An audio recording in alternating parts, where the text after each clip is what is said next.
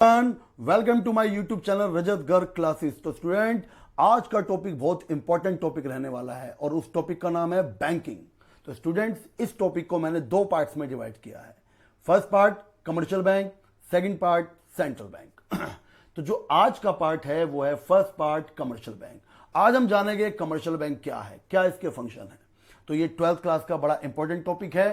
सबसे पहले स्टूडेंट एक काम कीजिए, एक नोटबुक उठाइए, एक पेन उठाइए और जो जो मैं आपको समझाता जाऊं उसके नोट्स बनाते जाइए। तो चलिए मेरे साथ स्टार्ट करते हैं। बैंकिंग। तो बैंकिंग चैप्टर में सबसे पहला टॉपिक आता है कमर्शियल बैंक। कमर्शियल बैंक क्या है? आप स्क्रीन पर देख रहे होंगे, आपको एक स्ट्रक्चर नजर आ रहा है, एक बिल्डिंग नजर आ रही है, वो एक बैंक की बिल्डिंग है। तो इस बैंक की बिल्डिंग में होता क्या है, ये बैंक की बिल्डिंग करती क्या है, कमर्शियल बैंक क्या है, इसके बारे में जानते हैं। तो चलते स्टार्ट करते हैं। सबसे पहले हम जानेंगे meaning of commercial bank. Commercial bank है क्या? है ना भाई, सबसे पहले तो पता होना चाहिए ना कि कमर्शियल बैंक है क्या। देखो नाम में छुपा हुआ है, ध्यान से देखिए। कमर्शियल बैंक, जो बैंक कॉमर्स के लिए है, जो बैंक व्यापार के लिए है, पैसा कमाने के लिए। आपने अपने सराउंडिंग में आज तक जितने भी बैंक देखे होंगे, चाहे वो नाम बताता हूं मैं, चाहे वो पंजाब नेशनल बैंक हो, स्टेट बैंक हो, आईसीआईसीआई हो, कोई गवर्नमेंट बैंक हो, कोई प्राइवेट बैंक हो, वो सारे बैंक ही कमर्शियल बैंक है। कमर्शियल बैंक करते क्या है? तो क्या लिखा है, पढ़िए जरा। Commercial bank is an institution, ये एक इंस्टीट्यूशन है which perform the function of accepting checkable deposits. सबसे पहला काम क्या है कमर्शियल बैंक का? भाई बैंक सबसे पहला काम क्या करेगा? बैंक सबसे पहले डिपॉजिट एक्सेप्ट करेगा। जब तक पैसे नहीं आएंगे तो लोन कैसे देगा, आगे काम कैसे करेगा? तो क्या करता है बैंक? बैंक सबसे पहले डिपॉजिट एक्सेप्ट करता है, लोगों से डिपॉजिट लेता है। And providing loan and making investment. अब उस पैसे का क्या करेगा? जो पैसा as a deposit commercial bank के पास आ गया है, क्या करेगा? या तो लोगों को लोन देगा या उसको कहीं और इन्वेस्ट करेगा। क्यों करेगा? ताकि उसकी अर्निंग हो सके, प्रॉफिट हो सके। तो क्या है commercial bank? Commercial bank is an institution which perform the function of accepting deposits and providing loan and making investment. जो एक काम करता है वो कमर्शियल बैंक है। क्यों करता है? With the aim of earning profit, profit कमाने के लिए। अच्छा, कमाता कैसे है प्रॉफिट? देखो, जो आप बैंक में पैसा डिपॉजिट करते हो, बैंक उस पर आपको इंटरेस्ट देता है और वो इंटरेस्ट काफी कम होता है। मगर जब आप बैंक से लोन लेने जाते हो तो बैंक उस पर आपसे इंटरेस्ट चार्ज करता है और वो इंटरेस्ट काफी ज्यादा होता है। तो आपको कम इंटरेस्ट दिया मगर लोन पे इंटरेस्ट ज्यादा लिया, तो ये जो बीच का गैप है ये बैंक का प्रॉफिट है। और बच्चों बताऊं, बैंकिंग लैंग्वेज में, इकोनॉमिक्स लैंग्वेज में इस प्रॉफिट का एक और नाम है। इस प्रॉफिट को बोला जाता है स्प्रेड। आपको स्क्रीन पर दिख रहा होगा, कोई पूछे ये प्रॉफिट को क्या बोलते हैं तो आप बताएंगे स्प्रेड। क्लियर है आपको बैंक क्या है, कमर्शियल बैंक क्या है? आगे बढ़ते हैं। अब देखो, कंट्री के अंदर आपने दो तरह के इंस्टीट्यूशन देखे हैं, एक तो बैंक और एक अदर फाइनेंशियल इंस्टीट्यूशंस। बैंक भी एक फाइनेंशियल इंस्टीट्यूशन है ना? तो ये कैसे कैटेगराइज करेंगे कि बैंक क्यों है और अदर फाइनेंशियल इंस्टीट्यूशन बैंक क्यों नहीं है? तो हम बात करेंगे फाइनेंशियल इंस्टीट्यूशन के बारे में। बच्चों, फाइनेंशियल इंस्टीट्यूशन वो है जो फाइनेंस का काम करता है, ठीक है? अब बैंक भी क्या है? एक फाइनेंशियल इंस्टीट्यूशन है। इंश्योरेंस कंपनी भी क्या है? एक फाइनेंशियल इंस्टीट्यूशन है। स्टॉक एक्सचेंज भी क्या है? एक फाइनेंशियल इंस्टीट्यूशन है ना? तो क्या सारी फाइनेंशियल इंस्टीट्यूशन बैंक है? नहीं, बैंक भी एक फाइनेंशियल इंस्टीट्यूशन है, मगर all financial institution are not bank. तो आप कहोगे सर बैंक अलग से क्यों है, बैंक को हमने बैंक क्यों बोला है, ठीक है ना, बाकियों को बैंक क्यों नहीं बोला? तो भैया, कोई भी फाइनेंशियल इंस्टीट्यूशन जो डिपॉजिट एक्सेप्ट करने का काम करे और जनता को लोन प्रोवाइड करने का काम करे, उसको हम बैंक बोलेंगे। तो समझ में आई बात आपको? क्या समझ में आया? Bank is a financial institution but all financial institution are not bank. क्योंकि बैंक होने के लिए आपको डिपॉजिट एक्सेप्ट करना पड़ेगा और लोन प्रोवाइड करना पड़ेगा। यह भी आपको समझ में आ गया होगा। आगे बढ़ते हैं। अब हम बात करेंगे functions of commercial bank. Commercial bank के फंक्शंस क्या है। देखो, कमर्शियल बैंक के फंक्शंस को हमने दो भागों में बांट दिया है, टू पार्ट्स में डिवाइड कर दिया है। एक तो प्राइमरी फंक्शंस और एक सेकेंडरी फंक्शंस। तो प्राइमरी फंक्शंस क्या होते हैं? जो बैंक के सबसे मोस्ट इंपॉर्टेंट फंक्शन होते हैं। क्या बोला मैंने? जो बैंक के मोस्ट इंपॉर्टेंट फंक्शन होते हैं,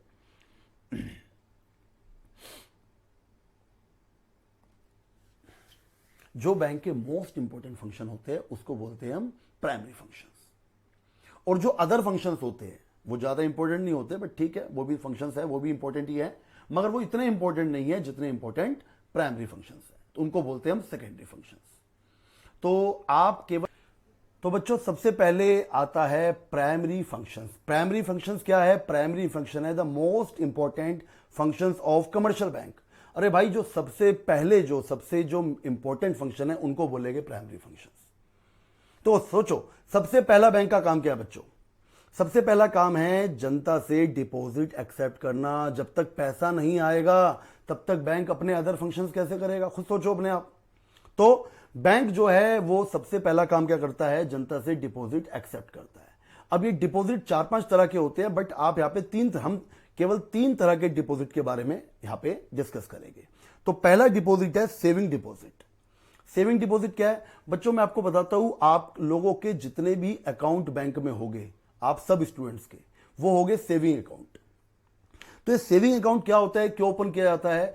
जो फिक्स्ड इनकम ग्रुप होते हैं, है ना, जिनकी हर मंथली ग्रुप, या आप क्या कर रहे हो, आपके पास कोई इनकम तो है नहीं, आप घर से आपको पॉकेट मनी मिल रही है ना, तो आपकी थोड़ी थोड़ी जो सेविंग है उनको करने के लिए ये अकाउंट खोले जाते हैं। क्या लिखा है देखो, पढ़िए।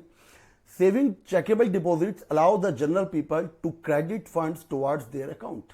लोगों को अकाउंट ओपन किए जाते हैं ताकि लोग अपने जो सेविंग है वो अपने अकाउंट में जमा कर सके। There is a certain limit on deposit in the case of saving deposits. इसमें कुछ कंडीशंस होती है। इसमें क्या होता है, आप जब मर्जी पैसा डिपॉजिट कीजिए, जब मर्जी पैसा विड्रॉल कीजिए, मगर कुछ कंडीशंस के साथ, कुछ रेस्ट्रिक्शंस के साथ। ऐसा नहीं आप इसे करंट अकाउंट बना दो, रोज जाओ पैसे रोज जमा करो रोज निकालो, नहीं, कुछ रेस्ट्रिक्शन के साथ आप इसमें पैसा डिपॉजिट कर सकते हैं। अच्छा, इस पर जो इंटरेस्ट मिलता है वो काफी कम मिलता है। काफी कम क्यों मिलता है? काफी कम इसलिए मिलता है क्योंकि आप जो बैंक में पैसा डिपॉजिट करने जा रहे हो वो कोई फिक्स्ड पीरियड के लिए नहीं है, तो आप पता नहीं कब उसको दोबारा से निकाल लो, तो बैंक उस पैसे को ढंग से यूज नहीं कर पाता। भाई, बैंक को पता नहीं ना कि उस पैसे का क्या होगा। आपने आज पैसा डाला, 4 दिन बाद पैसे निकाल लिया, आपने विड्रॉल कर लिया, तो क्या बैंक उसको यूज कर पाया? नहीं कर पाया ना। तो बैंक इस पे इंटरेस्ट तो देता है, मगर बैंक इस पे काफी कम इंटरेस्ट देता है। ठीक है ना, ये सेविंग डिपॉजिट है, और आप लोगों के जितने भी अकाउंट्स है सारे सेविंग अकाउंट है। इनका पर्पज ही जनता की सेविंग करवाना है। नंबर 2 है करंट डिपॉजिट्स। अब ये जो अकाउंट्स है, ये जो डिपॉजिट है, ये हम लोग नहीं करते, ये बड़े बड़े बिजनेसमैन करते हैं, जिनके डेली की ट्रांजैक्शंस होती है। डेली इधर से पैसा आ रहा है, उधर जा रहा है, भाई यहां से 10 लाख आया, वहां 5 लाख रुपए गया, है ना, तो ये उनके लिए होता है। अच्छा, इसमें कोई रेस्ट्रिक्शन नहीं होती, आप जितनी मर्जी बार कितने ही टाइम आप पैसा डिपॉजिट करो और जितना मर्जी टाइम आप पैसा विड्रॉल करो, कोई यहां पे लिमिट नहीं है, क्योंकि है ये किसके लिए? बिजनेस ट्रांजैक्शंस के लिए, तो यहां पे कोई रेस्ट्रिक्शन नहीं है। अब क्योंकि यहां पे रेस्ट्रिक्शन नहीं है कोई, तो ऐसे में पता क्या होता है, ऐसे में बैंक जो करंट डिपॉजिट होल्डर है, करंट अकाउंट होल्डर है, उनको कोई इंटरेस्ट भी नहीं देता, कोई ब्याज नहीं देता।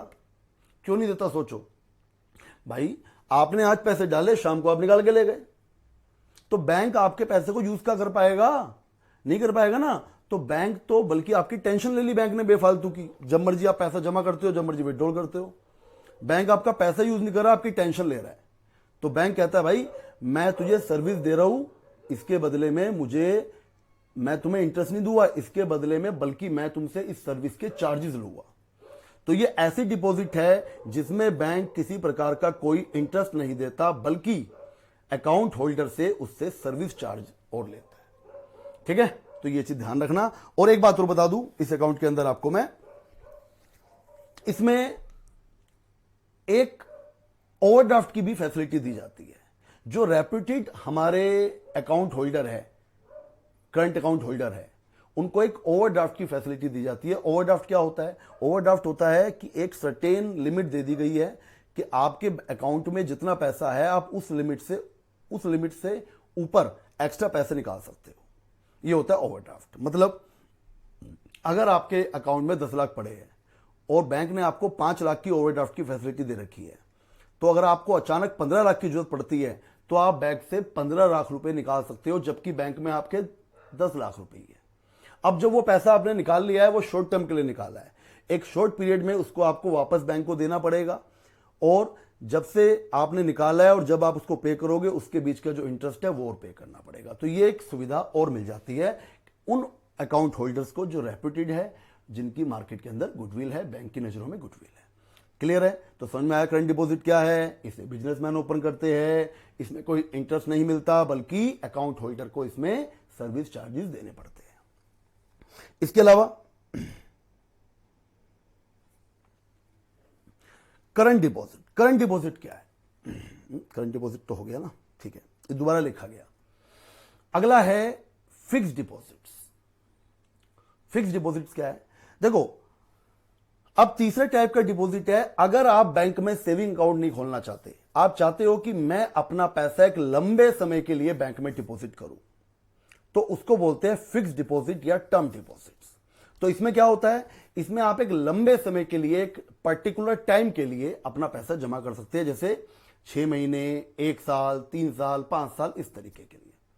अब क्योंकि आप फिक्स टाइम के लिए पैसा जमा कर रहे हैं, तो बैंक को पता है, अगर आपने 1 साल के लिए पैसा जमा किया है तो बैंक को पता है कि भाई ये 1 साल से पहले पैसा निकालने नहीं आएगा, ठीक है, तो बैंक उसको आगे इन्वेस्ट कर देगा, उसको आगे लोन दे देगा, बैंक को भी अच्छी इनकम होगी, तो बैंक उस पर आपको भी अच्छा इंटरेस्ट देगा। इसी कारण से फिक्स्ड डिपॉजिट पे सबसे ज्यादा इंटरेस्ट मिलता है, याद रखना।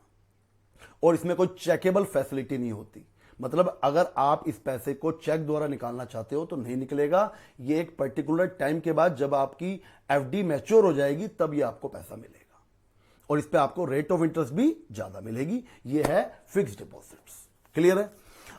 अगला क्या है? अगला है प्रोवाइडिंग लोन एंड एडवांसेस। अब बच्चों सोचो, आपने जो सेविंग डिपॉजिट करी है, करंट डिपॉजिट करी है, फिक्स्ड डिपॉजिट करी है, ये पैसा जो बैंक पे आ गया, बैंक इसका क्या करेगा?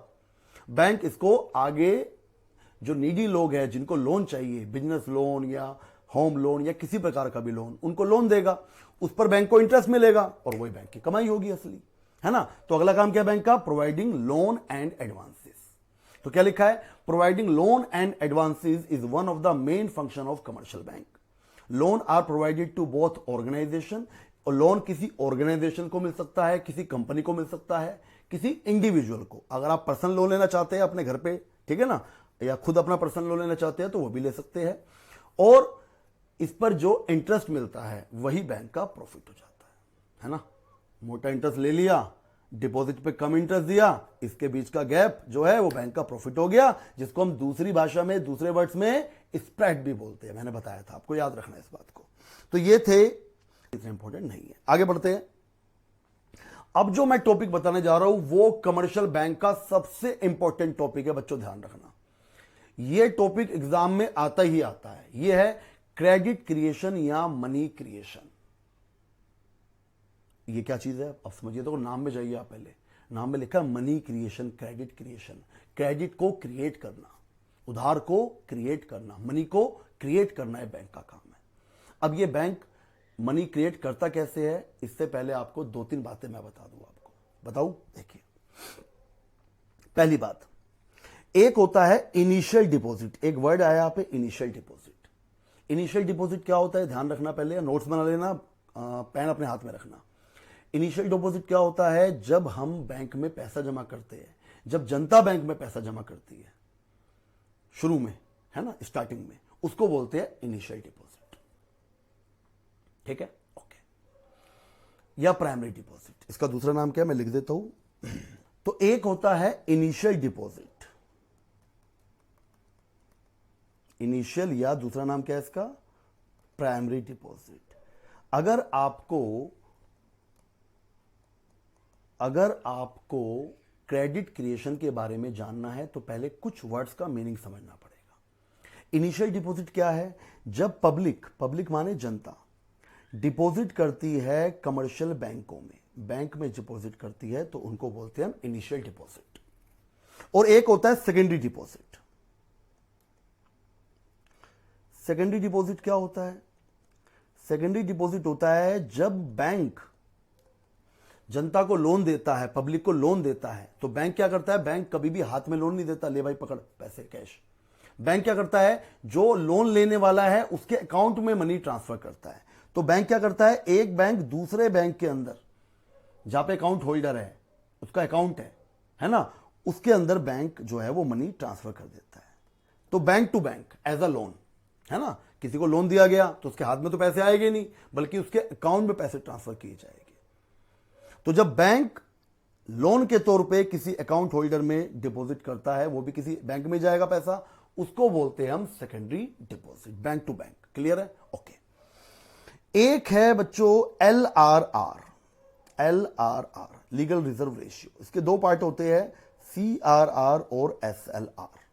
ये CRR और SLR तुम बाद में डिस्कस करेंगे, सेंट्रल बैंक में इसके बारे में हम समझेंगे। LRR के बारे में जान लीजिए, एक ऐसा लीगल रिजर्व रेशियो है, एक ऐसी रेशियो है जो भी बैंकों के पास, कमर्शियल बैंकों के पास डिपॉजिट आता है, उसका कुछ परसेंट कमर्शियल बैंकों को एज अ रिजर्व रखना पड़ता है, उसको बोलते हैं LRR। और इसको फिक्स करने वाला कौन होता है? इसको फिक्स करने वाला होता है सेंट्रल बैंक। तो समझे मेरी बात? दोबारा बोल दूं, इनिशियल डिपॉजिट क्या है? जब पब्लिक बैंकों में पैसा जमा करती है, बैंक्स में पैसा जमा करती है, तो उसको बोलते हैं हम इनिशियल डिपॉजिट। और जब बैंक में पैसा डिपॉजिट करता है लोन देते हुए, उसको बोलते हैं सेकेंडरी डिपॉजिट। LRR क्या है? Legal reserve ratio. Central bank इसको फिक्स करता है, जो भी बैंक में डिपॉजिट आ रहा है कमर्शियल बैंक में, उसका कुछ परसेंट कमर्शियल बैंकों को एज अ रिजर्व अपने पास रखना होता है, रिजर्व रखना पड़ता है। ठीक है ना? जिसके दो पार्ट है, CRR और SLR। इसको हम सेंट्रल बैंक के टॉपिक में डिस्कस करेंगे। तो ये LRR आपको क्लियर हो गया होगा। क्लियर है? अब क्रेडिट क्रिएशन समझने के लिए ये मैंने 3 बातें बताई आपको, तो क्या लिखा जरा पढ़िए। It refers to process of creation of credit by commercial bank with the help of initial deposit. इसमें 2 चीजों की जरूरत पड़ती है, एक तो इनिशियल डिपॉजिट की और एक LRR की।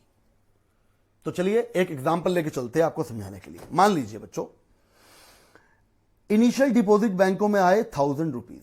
मान लीजिए हम सबने मिलके, जनता ने मिलके बैंकों में 1000 रुपए जमा किए, और सेंट्रल बैंक ने जो लीगल रिजर्व रेशियो है, जो LRR है, वो 20% फिक्स कर दी कि 20% रिजर्व रखना पड़ेगा। क्लियर है? ओके। लिखा है legal reserve ratio is the function of deposit that the banks have to keep compulsory in the form of cash with the central bank or designated liquid assets like government security with themselves। इसमें government security, cash दोनों चीजें होती है, जो कि उसको compulsory reserve के तौर पे रखना पड़ता है। इसको 2 भागों में बांटा गया है, CRR और SLR, जिसको हम सेंट्रल बैंक के अंदर डिस्कस करेंगे। अब मनी क्रिएशन समझाते हुए एक बात तो मैंने बताई, अब एक बात आपको और ध्यान रखनी पड़ेगी, 2 बातें। एक तो हम मनी क्रिएशन में कुछ एजम्पशन मान के चलेंगे, कुछ बातें मान के चलेंगे। क्या मान के चलेंगे? एक तो ये मान के चलेंगे कि हमारी कंट्री की जितनी भी ट्रांजैक्शन है वो बैंक के थ्रू हो रही है, मतलब कैश में कोई काम ही नहीं हो रहा है। आप जो भी काम कर रहे हो वो बैंक के थ्रू हो रहा है, मतलब आप किसी को पेमेंट कर रहे हो तो बैंक के थ्रू, चेक के थ्रू, फोन पे के थ्रू, पेटीएम के थ्रू, या ऑनलाइन, मतलब बैंक की नजर में है आप क्या कर रहे हो। आप किसी से रिसीव कर रहे हो तो भी बैंक की नजर में चल रहा है वो काम सारा का सारा, मतलब सारी की सारी ट्रांजैक्शन ये मान के चलिए हमारे देश के अंदर बैंक के थ्रू हो रही है। एजम्पशन मान के चलोगे तभी अप्लाई होगा, अदरवाइज अप्लाई नहीं होगा। Number 2, all banking system treated as a single bank, और मान के चलिए पूरे के पूरे देश में जितने भी बैंक है वो एक ही बैंक है, वो सब एक ही बैंक के अंडर में मान के चलिए। ठीक है ना? ओके। तो 2 बातें मान के चलनी है, 4 बातें बता दी मैंने। नंबर 1, इनिशियल डिपॉजिट क्या है, सेकेंडरी डिपॉजिट क्या है, LRR क्या है, और जितने भी ट्रांजैक्शन है वो बैंक के थ्रू हो गए, और सारी की सारे बैंकिंग सिस्टम है वो एक ही बैंक है, ये मान के चलेंगे। और एक चीज और मानी हमने कि हमारा इनिशियल डिपॉजिट 1000 रुपीज है मान लीजिए, और हमारी LRR 20% है। अब ये बात अगर आप मान के चलते हैं तो जो मैं आप आगे बताने वाला हूं आपको क्लियर हो जाएगा, ध्यान से देखना। देखिए ये मैंने एक टेबल बनाई है, इस टेबल को ध्यान से देखना। देखिए अभी अभी मैंने कहा था इनिशियल डिपॉजिट 1000 रुपीज है। मान लो बैंकों में 1000 रुपीज आ गए, ठीक है। LRR कितनी थी? 20% थी, मैंने बताया था आपको। अब अगर LRR 20% है तो बैंक को 1000 के 20% एज अ रिजर्व रखने पड़ेंगे। कितने हो गए? 200 रुपए, 200 रुपीज रख लिए रिजर्व, ठीक है, ओके, ये साइड में रख दिए। अब बचे कितने हमारे पास? 800 रुपीज बैंक के पास। अब बैंक क्या करेगा? उसको आगे लोन दे देगा, है ना। तो बैंक ने क्या किया? उसको आगे लोन दे दिए 800 रुपये। मगर जब बैंक किसी को लोन देता है ना, देता है ना, तो कभी भी उसके हाथ में पैसे नहीं देता, बल्कि अकाउंट में ट्रांसफर करता है। तो बैंक ने क्या किया? उसको अकाउंट में ट्रांसफर कर दिया, वो फिर डिपॉजिट के अंदर आ गए। अभी मैंने कहा था पूरी बैंकिंग सिस्टम एक ही बैंक है, तो सभी का अकाउंट वहीं पर है, तो जो लोन मांग रहे हैं उसका अकाउंट वहीं पर है। तो बैंक ने क्या करा? उसके अकाउंट में 800 रुपए डाल दिए, गए। अब जब उसके अकाउंट में 800 रुपए आ गए तो वो तो डिपॉजिट हो गई ना, उसके लिए हो गई ना। मगर उस डिपॉजिट को क्या बोलेंगे बैंक टू बैंक? उस डिपॉजिट को बोलेंगे हम सेकेंडरी डिपॉजिट। याद आया ना? ओके। अब वो 800 रुपए का डिपॉजिट आ गया। अब क्योंकि 800 रुपए का डिपॉजिट आ गया है किसी के बैंक में, अकाउंट में, एज अ लोन, तो बैंक के लिए तो डिपॉजिट है ना, भले ही सेकेंडरी हो, बैंक के लिए डिपॉजिट है। तो बैंक क्या करेगा? रूल के अकॉर्डिंग उसके 20% फिर रिजर्व रखेगा। 160 हो गया, 800 का 20%, 160 रिजर्व। चलो जी, कोने में रख दिए। बचे कितने? 640। अब 640 वो किसी और को लोन दे देगा, कोई और लोन मांगने आ जाएगा, उसको दे दिया लोन। अब लोन देगा तो उसके अकाउंट में जाएंगे, फिर 640 एज अ डिपॉजिट किसी और के अकाउंट में चले गए। फिर क्योंकि वो डिपॉजिट आए हैं, फिर बैंक के रूल के अकॉर्डिंग फिर उसका 20% 128 रुपए रिजर्व रखना पड़ेगा। फिर कितने बचे? 512, फिर किसी को लोन दे देगा, फिर ये चले जाएंगे किसी अकाउंट में। तो ये प्रोसेस चलती जाएगी, जब तक जाएगी, जब तक चलती जाएगी, जब तक कि ये लोन देते देते जीरो ना हो जाए, ठीक है। तो आपको पूरी टेबल भरने की जरूरत नहीं है, क्योंकि बहुत टाइम लग जाएगा। 2-3 पॉइंट दिखाए, ठीक है। अब आप गौर से देखिए, ये तो आपको क्लियर हो गया होगा। अब मैंने लास्ट में 5000 या 4000 या 1000 कैसे लिखा? अब आपके मन में आ रहा होगा, जब सब आपने टेबल ही नहीं बनाई तो आपने टेबल के एंड में इसको टोटलिंग कैसे कर दी? तो टोटलिंग करने का एक तरीका है, एक फॉर्मूला है। मैं यहां पे जो जगह बच रही है उसमें आपको बताता हूं। एक फॉर्मूला है मनी मल्टीप्लायर का, देखो ये लिखा हुआ है यहां पर, मनी मल्टीप्लायर। यहां भी लिख देता हूं। फॉर्मूला हमारा है मनी मल्टीप्लायर। ये होता है मनी मल्टीप्लायर 1/LRR। 1/LRR। अब LRR कितना था? 20%। तो अगर मैं 1/20% कर दूं, मतलब 1/20 डिवाइड बाय 100 रुपए पहुंच जाएगा। काट के कितना आ गया कैंसिल करके? 5 का मतलब 5 टाइम मनी मल्टीप्लाई हो गई है। अगर हमारा इनिशियल डिपॉजिट 1000 रुपीज था, अगर हमारा इनिशियल डिपॉजिट 1000 रुपीज था, तो उसका 5 टाइम कितना हो गया? 5000। कितना हो गया? 5000। तो टोटलिंग हमारी हो गई 5000। इस तरीके से टोटलिंग होगी हमारी। ये तरीका है टोटलिंग करने का, ठीक है। अब 800 का 5 टाइम कितना होता है? 4000।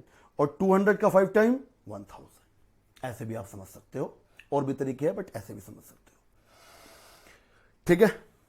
समझ में आया? ये लिखा है नीचे, the total value of deposit. अब टोटल वैल्यू ऑफ डिपॉजिट कितनी हो गई? 1/LRR into initial deposit. मतलब जो 1/LRR आया था, 5 आया था, उसको इनिशियल डिपॉजिट से 1000 से मैंने मल्टीप्लाई कर दिया, तो हो गया 5000। ये रहा 5000। और मनी मल्टीप्लायर का फॉर्मूला है 1/LRR इक्वल टू 5। अगर आप, ये इतना इंपॉर्टेंट टॉपिक है बच्चों, इसको बड़ा ध्यान से समझ लेना। कोई डाउट हो तो मुझे कमेंट करना, और अगर समझ में आया हो तो भी मुझे कमेंट करके बताना कि क्लियर है। नहीं समझ में आया हो तो भी आप कमेंट करके बताना, ताकि और सुधार किया जा सके, ठीक है ना। और अगर आप इतना ही लिख देते हैं जितना मैंने ये फर्स्ट पेज पे आपको बताया, दिखा दूं मैं आपको, ये इतना सा इसको शॉर्ट कर दिया है, और ये जो सेकंड पेज पर बताया आपको मैंने, तो ये टोटल आपको बिना किसी रिडक्शन के मार्क्स के आपको फुल मार्क्स मिलेंगे इस टॉपिक के अंदर, और ये सबसे इंपॉर्टेंट टॉपिक था। तो आज की वीडियो में इतना ही। तो ये थी कमर्शियल बैंक का फर्स्ट पार्ट, बैंकिंग का फर्स्ट पार्ट जो था कमर्शियल बैंक। जल्दी ही हमारी पार्ट सेकंड सेंट्रल बैंक आएगी, तो बच्चों तब तक इंतजार कीजिए। तो मिलते हैं अगली वीडियो में, तब तक के लिए थैंक यू वेरी मच।